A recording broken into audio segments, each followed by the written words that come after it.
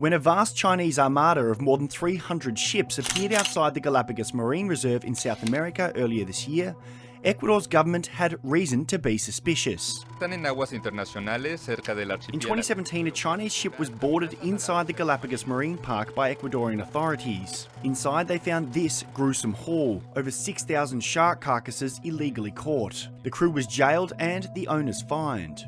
Although this year the fleet appeared to remain outside the marine park, the sheer size of it sparked concern.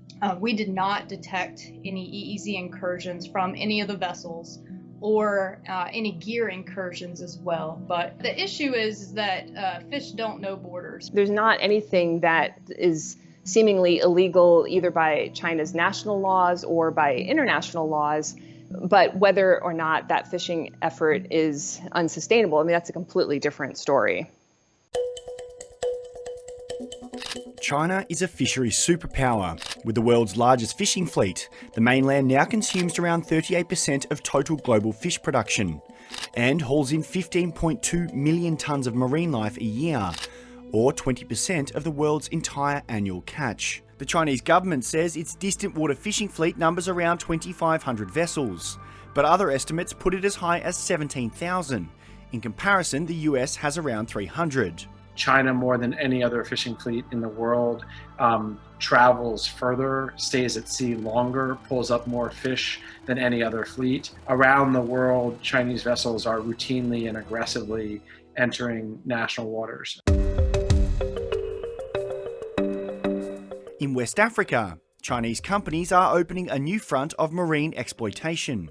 Illegal, unreported, and unregulated fishing is of particular concern to West Africa because the countries that line the continent have economic challenges in monitoring, control, and surveillance. In Ghana, foreign vessels are banned from buying fishing licenses. But more than 100 Chinese trawlers are operating in Ghanaian waters, using shell companies to disguise their real ownership. They are Chinese vessels. If they are Ghanaian vessels, why don't we have Ghanaian names on it? Ghanaian, no. It's all Chinese. The trawlers also operate very close to shore, and that puts industrial fishing vessels in direct conflict with local, artisanal, small-scale fishermen who depend on the fisheries for their livelihoods.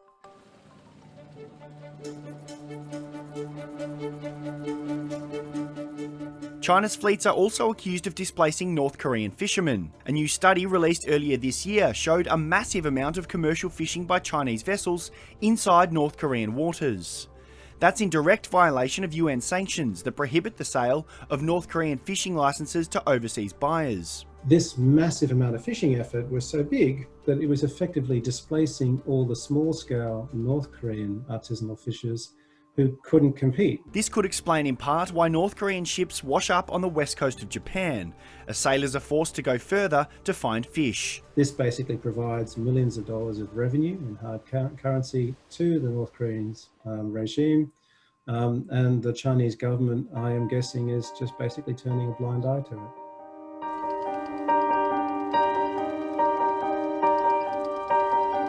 China insists it is working to ensure its fishing fleets are acting sustainably and legally. It announced a partial moratorium on squid fishing in South America, and Beijing's 2020 white paper on fishing says it will, in its next 5-year plan, commit to severely crack down on IUU fishing activities, strictly regulate fishery behaviour, and promote the high-quality development of offshore fisheries.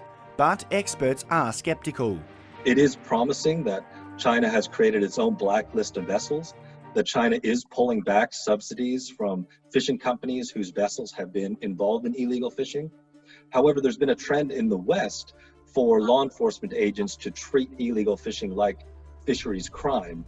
And in China, unfortunately, illegal fishing is still seen as just an administrative matter.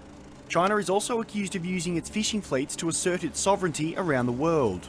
Another reason a new Chinese-funded fishing development in Papua New Guinea has raised eyebrows in Australia. The Chinese, in many cases, are using their fishing fleet to assert presence in the South China Sea to bolster those sovereignty claims that China is making.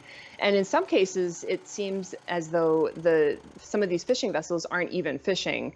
And so they're likely to be maritime militia vessels, which are getting paid to just assert some kind of presence in the area and not necessarily needing to fish. Without proper oversight and with many fisheries around the world in decline, China's massive fishing fleets will continue to venture further and deeper in search of their next catch.